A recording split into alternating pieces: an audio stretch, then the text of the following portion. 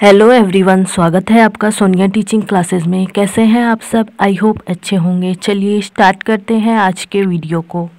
आज के इस वीडियो में मैं डिस्कस करने वाली हूँ रीट 2025 के लिए संस्कृत शिक्षण के महत्वपूर्ण 30 प्रश्न। कितने प्रश्न हैं? 30 प्रश्न हैं। तो वीडियो बहुत ज़्यादा इम्पॉर्टेंट होने वाली है क्योंकि ये संस्कृत शिक्षण से संबंधित है। तो वीडियो को अंत तक ज़रूर देखिएगा। इसके पहले मैंने संस्कृत शिक्षण का एक और वीडियो अपलोड कर दिया है। अगर आप लोगों ने अभी तक उसे नहीं देखा है तो चैनल के प्लेलिस्ट में जाकर देख लीजिए। वो भी वीडियो आपकी तैयारी को बेहतर बनाने के लिए हेल्पफुल होगी। तो चलिए बिना देरी के स्टार्ट करते हैं वीडियो को। सबसे पहला क्वेश्चन है, बी.एस. ब्लूम महोदयानुसारं मूल्यांकनस्य प्रक्रियायाम् अस्ति। बी.एस. ब्लूम महोदय के अनुसार मूल्यांकन की प्रक्रिया है शिक्षण कार्यम, यानी शिक्षण कार्य जो है वह साधन है। शिक्षणोद्देश्य यानी शिक्षण उद्देश्य यानी यह लक्ष्य है। मूल्यांकन यानी यह साक्ष्य है। बताइए, या सर्वे संति यानी इनमें से सभी। आप लोग भी आंसर देने की कोशिश करिएगा और लास्ट में कमेंट बॉक्स में ज़रूर बताइएगा आपके कितने क्वेश्चन सही हुए। बी.एस. ब्लूम महोदय के अनुसार मूल्यांकन प्रक्रिया है तो सभी है। ऑप्शन डी सही आंसर है। इन्होंने मूल्यांकन प्रक्रिया का त्रिकोण बताया है जिसमें इन तीनों बिंदुओं का वर्णन किया है। तो ऑप्शन डी सही आंसर होगा इस प्रश्न का। अगला क्वेश्चन देखिए, शिक्षण विधि नाम आवश्यकता किमर्थम। शिक्षण विधियों की आवश्यकता का क्या अर्थ है? विषय वस्तुनः सरलताया प्रस्तुतीकरणाय, कक्षा शिक्षणाय सफलाय, शिक्षण कार्यस्य रोचकताय या उपर्युक्त सर्वेषां कृते। बताइए, शिक्षण विधियों की आवश्यकता का क्या अर्थ है? तो शिक्षण विधियाँ विषय वस्तु को सरलता से प्रस्तुतिकरण करने के लिए आवश्यक हैं। कक्षा शिक्षण को सफल बनाने के लिए आवश्यक हैं शिक्षण विधियाँ। शिक्षण कार्य से यानी शिक्षण कार्य को रोचकता प्रदान करने के लिए आवश्यक हैं। तो उपर्युक्त सभी इसका सही आंसर होगा। ऑप्शन डी सही है। अगला देखिए, शिक्षण विधि नाम विशेषता नास्ति। शिक्षण विधियों की विशेषता नहीं है। शिक्षण सिद्धांतानां सूत्राणां च अनुकूलं प्रेरणादायकाः क्रियाधारिता भवेयुः। शिक्षणोद्देश्यानां प्राप्तौ सहायका स्युः। नीरसाः क्लिष्टा दुर्बोधा भवेयुः। बताइए, शिक्षण विधियों की विशेषता नहीं है। कौन सी नहीं है? शिक्षण सिद्धांत और सूत्र अनुकूल होने चाहिए। बिल्कुल सही है ये वाला, ये तो विशेषता है। प्रेरणादायक हो शिक्षण विधियाँ, क्रिया आधारित हो, ये भी सही है। शिक्षण उद्देश्य को प्राप्त करने में सहायक हो, ये भी सही है। शिक्षण विधियाँ नीरस हो, नहीं। क्लिष्ट यानी कठिन हो, नहीं। दुर्बोध यानी समझ में ना आए, नहीं। तो शिक्षण विधियों की विशेषता क्या नहीं है? ऑप्शन डी वाला सही आंसर है क्योंकि यहाँ पर नास्ति पूछा गया है। अगला देखिए, कक्षा निरंतर रीते या लाभा वर्तते सा अस्ति। कक्षा लगातार आने से जो लाभ होता है वह है छात्राणाम अनुशासन लाभः, शिक्षकस्य कार्यभारस्य न्यूनता, अध्यापकस्य अनुपस्थितौ अपि शिक्षण कार्यम, उपर्युक्त लाभत्रयम् एव। कक्षा में निरंतर आने से जो लाभ होता है वह है छात्रों में अनुशासन लाभ होता है, शिक्षक का कार्यभार कम होता है, अध्यापक की अनुपस्थिति में भी आप शिक्षण कार्य कर पाएंगे। तो ये सब कक्षा में निरंतर आने के लाभ होते हैं। एक छात्र के लिए यह लाभ बताया गया है, ध्यान रखिएगा। तो ऑप्शन डी यहाँ पर सही आंसर है।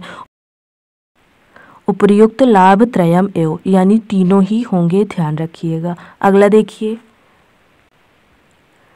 संस्कृत भाषायाः शिक्षणे प्रथमं भाषा कौशलम अस्ति। संस्कृत भाषा शिक्षण में प्रथम भाषा कौशल है भाषणम, लेखनम, श्रवणम या पठनम। बताइए, संस्कृत भाषा शिक्षण में प्रथम भाषा कौशल कौन सा है? तो इसकी ट्रिक क्या है?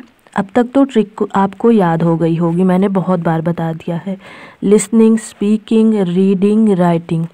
तो सबसे पहले क्या आएगा? सुनना आएगा। तो श्रवण यहाँ पर सही होगा। ऑप्शन सी सही आंसर है। अगला देखिए, फ्रेंड्स, अगर आपको वीडियो पसंद आ रही है तो वीडियो को लाइक कीजिए, अपने दोस्तों के साथ शेयर कीजिए और चैनल को सब्सक्राइब कीजिए। शिक्षणम इति पदस्य यह अर्थम अस्ति लालनम, प्रेरणम, बोधनम या ज्ञानस्य संकरणम। शिक्षण इस पद का अर्थ है। बताइए शिक्षण पद का अर्थ क्या है? शिक्षण पद का अर्थ है ज्ञान का संक्रमण यानी ज्ञान का संचार करना। ऑप्शन डी सही आंसर होगा। अगला देखिए, संस्कृत भाषा शिक्षणस्य यत् प्रथमम् उद्देश्य भवति सांस्कृतम, कलात्मकत्वम, गृहणात्मकत्वम, अभिव्यक्तित्वम। बताइए संस्कृत भाषा शिक्षण का प्रथम उद्देश्य होता है। क्या होता है संस्कृत भाषा शिक्षण का प्रथम उद्देश्य? संस्कृत भाषा शिक्षण का प्रथम उद्देश्य होगा अभिव्यक्तित्वम यानी अभिव्यक्तिकरण करना। यानी जब आप संस्कृत भाषा पढ़ रहे हैं तो संस्कृत भाषा में ही अभिव्यक्ति कर पाएँ यानी बोल पाएँ। तो संस्कृत भाषा का पहला उद्देश्य यही होता है। ऑप्शन डी सही आंसर है। अगला देखिए, संस्कृत भाषायाः शिक्षणं कथं भवेत्? संस्कृत भाषा का शिक्षण कैसा होता है? संश्लेषणात् विश्लेषणं प्रति, सरलात् कठिनं प्रति, कठिनात् सरलं प्रति, सूक्ष्मात् स्थूलं प्रति। बताइए संस्कृत भाषा शिक्षण कैसा होता है? संस्कृत भाषा शिक्षण होता है सरलात् कठिनम प्रति यानी सरल से कठिन की ओर। ऑप्शन बी सही आंसर है। यहाँ पर सूत्र के बारे में पूछा गया है, बाकी तीनों सूत्र गलत लिखे गए हैं, तो ध्यान रखिएगा ऑप्शन बी सही आंसर है, क्योंकि यहाँ पर संस्कृत भाषा शिक्षण कैसे होता है पूछा गया है, तो ध्यान रखिएगा। अगला क्वेश्चन देखिए, संस्कृत शिक्षणस्य प्राचीना प्रणाली अस्ति प्रत्यक्ष विधि, पाठशाला विधि, पाठ्यपुस्तक विधि, उपयुक्ता सर्वा प्रणाल्याः। बताइए संस्कृत शिक्षण की प्राचीन प्रणाली है तो प्रत्यक्ष विधि भी है, पाठशाला विधि भी है, पाठ्यपुस्तक विधि भी है, यानी तीनों विधियां संस्कृत शिक्षण की प्राचीन प्रणाली हैं। तो ऑप्शन डी सही आंसर है, उपयुक्त सर्वा प्रणाल्याः। ध्यान रखिएगा। अगला देखिए, व्याकरण शिक्षणस्य या नूतना रीति वर्तते। व्याकरण शिक्षण की नई रीति है। आगमन निगमन रीति, पाठ्यपुस्तक रीति, समवाच रीति, उपयुक्ता सर्वा रीतया। बताइए व्याकरण शिक्षण की नई रीति है आगमन निगमन रीति। ऑप्शन ए सही आंसर होगा। बाकी सभी ये दोनों, अभी तो ये प्राचीन पाठ्यपुस्तक वाली पढ़ी ना, ये प्राचीन रीति है। समवाच रीति भी प्राचीन रीति है। ऑप्शन ए सही आंसर होगा। अगला देखिए, कक्षा अभिनय रीतौ यह प्रक्रिया भवति स वर्तते। कक्षा अभिनय रीति की जो प्रक्रिया है वह है बालकाः नाटक पात्राणाम् अभिनयं कुर्वन्ति, शिक्षकः कथाया पत्रानुसारं व्याख्या करोति, प्रेक्षागृहे नाटकस्य प्रस्तुतिं ददाति छात्रा, एषु एका न वर्तते। बताइए कक्षा अभिनय रीति की जो प्रक्रिया है वह है बालकाः नाटक पात्राणाम् अभिनयं कुर्वन्ति, यानी बालक नाटक के पात्र के अनुसार अभिनय करते हैं। ऑप्शन ए सही आंसर होगा। बी वाला जो है शिक्षका कथाया पत्रानुसारम व्याख्या करोति, यह होगी नाटक शिक्षण की व्याख्या विधि। नाटक शिक्षण के अंतर्गत जो व्याख्या विधि आती है वह है ये वाली। इसमें शिक्षक कथा में पात्र के अनुसार व्याख्या करता है। प्रेक्षागृहे नाटकस्य प्रस्तुतिं ददाति छात्रा, यह होगी रंगमंच विधि। नाटक शिक्षण के अंतर्गत की रंगमंच विधि होगी, यह ध्यान रखिएगा। तो यहाँ पर सही आंसर है ऑप्शन ए। फ्रेंड्स, मैंने नाटक शिक्षण विधि का वीडियो चैनल पर अपलोड कर दिया है। अगर आप लोगों ने अभी तक उसे नहीं देखा है तो चैनल के प्लेलिस्ट में जाकर देख लीजिए। वीडियो इम्पॉर्टेंट है और उससे आपको नाटक शिक्षण विधि पूरी तरह समझ में आ जाएगी और आपके नाटक शिक्षण विधि से आने वाले क्वेश्चन गलत नहीं होंगे। अगला क्वेश्चन है, भाषाया पठन समय चेत छात्रम अशुद्धम उच्चारणम करोति तदा कारणीय। बताइए भाषा पढ़ने के समय छात्र अशुद्ध उच्चारण करता है तब क्या करना चाहिए? छात्रम शुद्ध उच्चारणाय निर्देशः दातव्य, शुद्ध उच्चारणाय वारं वारं लेखनं कारणीयम्, शुद्ध उच्चारणाय वारं वारं अभ्यास कारणीयम्, उचित दंडम दातव्यम। बताइए इसका सही आंसर क्या होगा। इसका सही आंसर है ऑप्शन सी, शुद्ध उच्चारण का अभ्यास बार बार करवाना चाहिए। भाषा पढ़ने के समय यदि छात्र अशुद्ध उच्चारण करता है तब हमें शुद्ध उच्चारण बार बार करवाना चाहिए। तो ऑप्शन सी सही आंसर होगा, ध्यान रखिएगा। अगला देखिए, शिक्षाया कृते समाजे औपचारिक साधनं वर्तते, समाचारपत्रं, गृहं, चलचित्रं या विद्यालयः। बताइए इसका सही आंसर क्या होगा। शिक्षा ग्रहण करने के लिए समाज में औपचारिक साधन है। बताइए क्या है शिक्षा ग्रहण करने के लिए औपचारिक साधन। तो विद्यालय होगा। ऑप्शन डी सही आंसर है, क्योंकि विद्यालय शिक्षा ग्रहण करने का औपचारिक साधन है, ध्यान रखिएगा। अगला देखिए, यदा छात्रा कक्षायां गृहकार्य न कृत्वा आगच्छति तदा शिक्षकेण किं कर्तव्यम्। यदि छात्र कक्षा का गृह कार्य करके नहीं आता है तब शिक्षक को क्या करना चाहिए। तस्य कारणं ज्ञातुं प्रयासः कर्तव्यः, छात्र दंड दत्वा गृहं प्रेष्यतु, प्रधानाध्यापकं प्रति प्रेक्षणीयः, न किमपि करणीयम्। बताइए यदि छात्र कक्षा में गृह कार्य करके नहीं आता है तब शिक्षक को क्या करना चाहिए। तो क्या करना चाहिए, उसका कारण ज्ञात करने का प्रयास करना चाहिए। तो ऑप्शन ए इसका सही आंसर होगा कि छात्र किस लिए गृह कार्य करके नहीं आता है, उसके कारण जानने चाहिए। ऑप्शन ए सही होगा, ध्यान रखिएगा। अगला देखिए फ्रेंड्स, अगर आप लोगों को इस वीडियो की पीडीएफ चाहिए तो टेलीग्राम चैनल का लिंक मैंने डिस्क्रिप्शन में दे दिया है, आप लोग वहां पर ज्वाइन हो जाइए, पीडीएफ मिल जाएगी। पठन कौशलस्य उद्देश्यम अस्ति, पठन कौशल का उद्देश्य है पठित्वा लिखिताभिव्यक्तिः, पठित्वा मौखिकाभिव्यक्तिः, पठित्वा अर्थग्रहणम, पठित्वा पांडित्य प्रदर्शनम। बताइए पठन कौशल का उद्देश्य क्या है। पठन कौशल का उद्देश्य है पढ़कर अर्थ ग्रहण करना। ऑप्शन सी सही आंसर होगा। अगला देखिए, दंडान्वय विधौ दंडाः कस्य सूचकः। दंडान्वय विधि में दंड किसका सूचक है, शब्द का, अर्थ का, लघुड़ का या वाक्य का। दंडान्वय विधि में दंड जो है वह वाक्य का सूचक है। ऑप्शन डी सही आंसर होगा, ध्यान रखिएगा। अगला देखिए, का रीति वर्तते यस्यां छात्राः चित्रं दृष्ट्वा प्रश्नानाम् उत्तराणि लिखन्ति। कौन सी रीति है जिसमें छात्र चित्र देखकर प्रश्नों के उत्तर लिखते हैं। आगमन रीति, प्रश्नोत्तर रीति, चित्र रीति या सूत्र रीति। बताइए वह रीति है चित्र रीति। ऑप्शन सी सही आंसर है। इस रीति में छात्र चित्र देखकर प्रश्नों के उत्तर लिखते हैं। छात्र को चित्र दिखाया जाता है, फिर शिक्षक जो है प्रश्न करता है तो छात्र उसके उत्तर लिखते हैं। तो ध्यान रखिएगा यह रीति है। ऑप्शन सी सही आंसर है। अगला देखिए, भाषाया शिक्षणे या केंद्रा भवति। भाषा या शिक्षण में जो केंद्र होता है वह है पुस्तक, बालक, श्यामपट्ट या अध्यापक।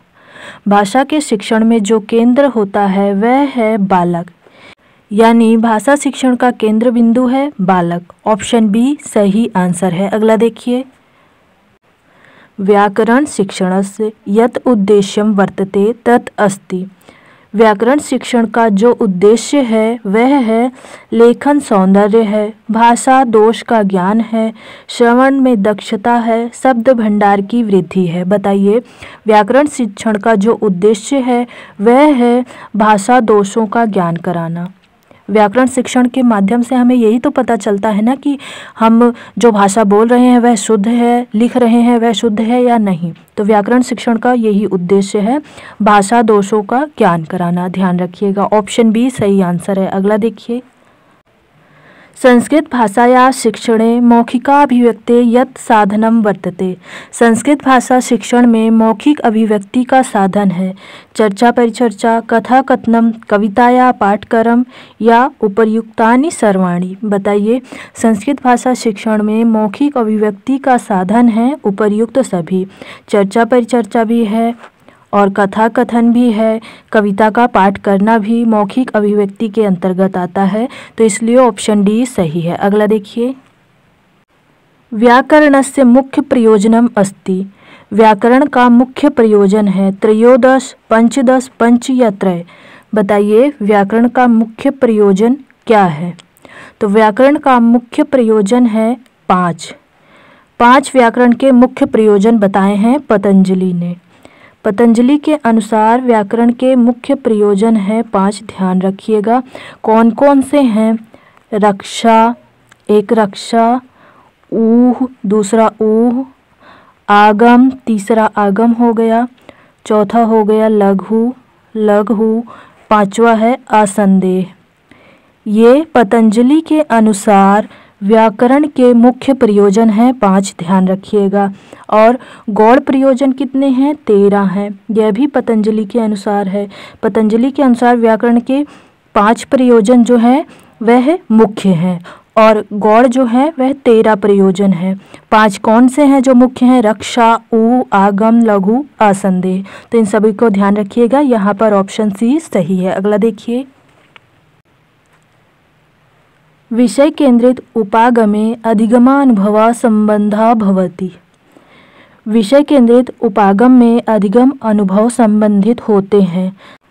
छात्र रुचि भी, पाठ्यक्रमेण, अध्यापक विषय दक्षता, शैक्षिक प्रविधिना। बताइए विषय केंद्रित उपागम में अधिगम अनुभव संबंधित होते हैं पाठ्यक्रम से।